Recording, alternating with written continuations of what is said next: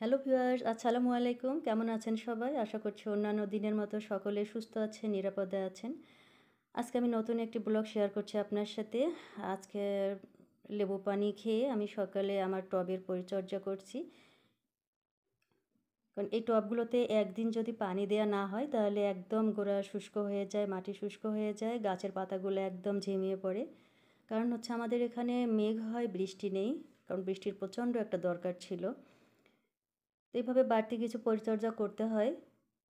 আমি ম্যাক্সিমাম টবে ফুলের পাশাপাশি কিছু সবজি, শাক এগুলো বীজ ছিটিয়েছিলাম। মাশাআল্লাহ অনেক সুন্দর হয়েছে গাছগুলো। পুঁই, কলমি, ঢ্যাঁড়স অনেক সুন্দর হয়েছে এবং কিছু কিছু ঢ্যাঁড়স গাছে ফুল আসছে। এটা হচ্ছে লিলি ফুল। লিলি ফুলটি এবার ধরে নাই।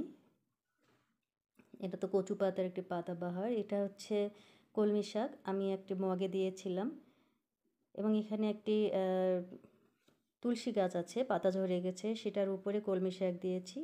চতুর্দিকে খুব সুন্দরভাবে লতানো গাছ ছড়িয়ে যাচ্ছে।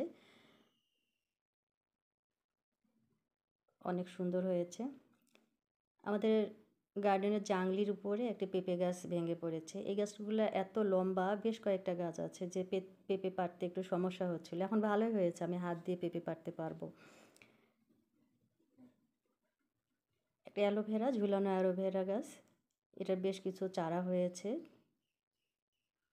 এই পুঁই গাছটা অনেক বড় হয়েছে। পুঁই গাছের যেহেতু আঁকড়ে ধরার মতো কোনো লতা নাই, এটাকে দড়ি দিয়ে বাঁধতে হয় অথবা নিজে হাত দিয়ে সিস্টেম করে রেখে দিতে হয়।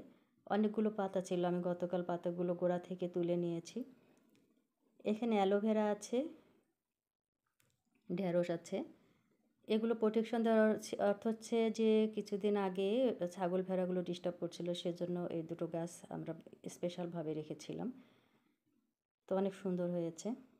কিছু কিছু গাছে কিছু আগাছা হয়েছিল, এগুলো আমি পরিষ্কার করে দিচ্ছি। পরিষ্কার করে দেওয়ার পরে দেখি যে একটা পাতা একটু বাঁকা হয়ে আছে, মানে কোনো কিছুর সঙ্গে বাড়ি খেয়েছিল। তো পানি দিচ্ছি। টবগুলো অবশ্য শ্যাওলা পড়ে গেছে, এগুলো ক্লিন করতে হবে। এর মধ্যে আমি ক্লিন করে নেব কোনো একটা সময়। তো গাছগুলো অনেক সুন্দর হয়েছে, অনেক সুন্দর, শুধু সবুজে সবুজ। আর অ্যালোভেরা তো অনেক উপকারী আমাদের ত্বকের যত্নে, চুলের যত্নে, এটার গুণের শেষ নেই। এটা আমরা এমনি যদি অ্যালোভেরার পাতা কেটে নিচে ইয়েটা দেওয়া যায় অনেক উপকারে আসে।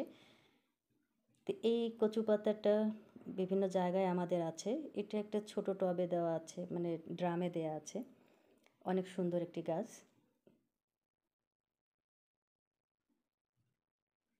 এগুলোতেও পানি দিচ্ছি। এগুলো নতুন বীজ দিয়েছিলাম, এখনও কাটা হয়নি, ছোট ছোট আছে। আমাদের দেশি মোরগ ফুলের গাছ একটাই মাত্র আছে। আমি এখানে ছোট্ট একটা টুকরা দিয়েছিলাম আদার।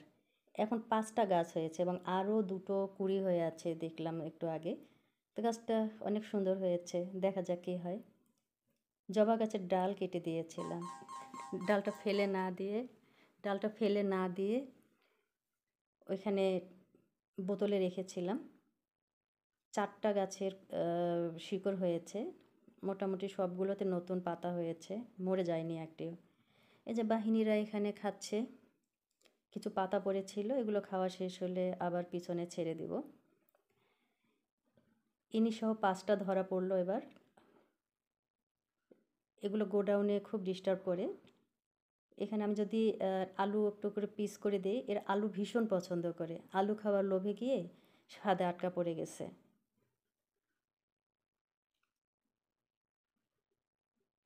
এখানে একটা আমি শেয়ার করেছি, দেখে মনে হবে খাগড়াছড়ি অথবা বান্দরবনের কোনো একটা গহীন জায়গা।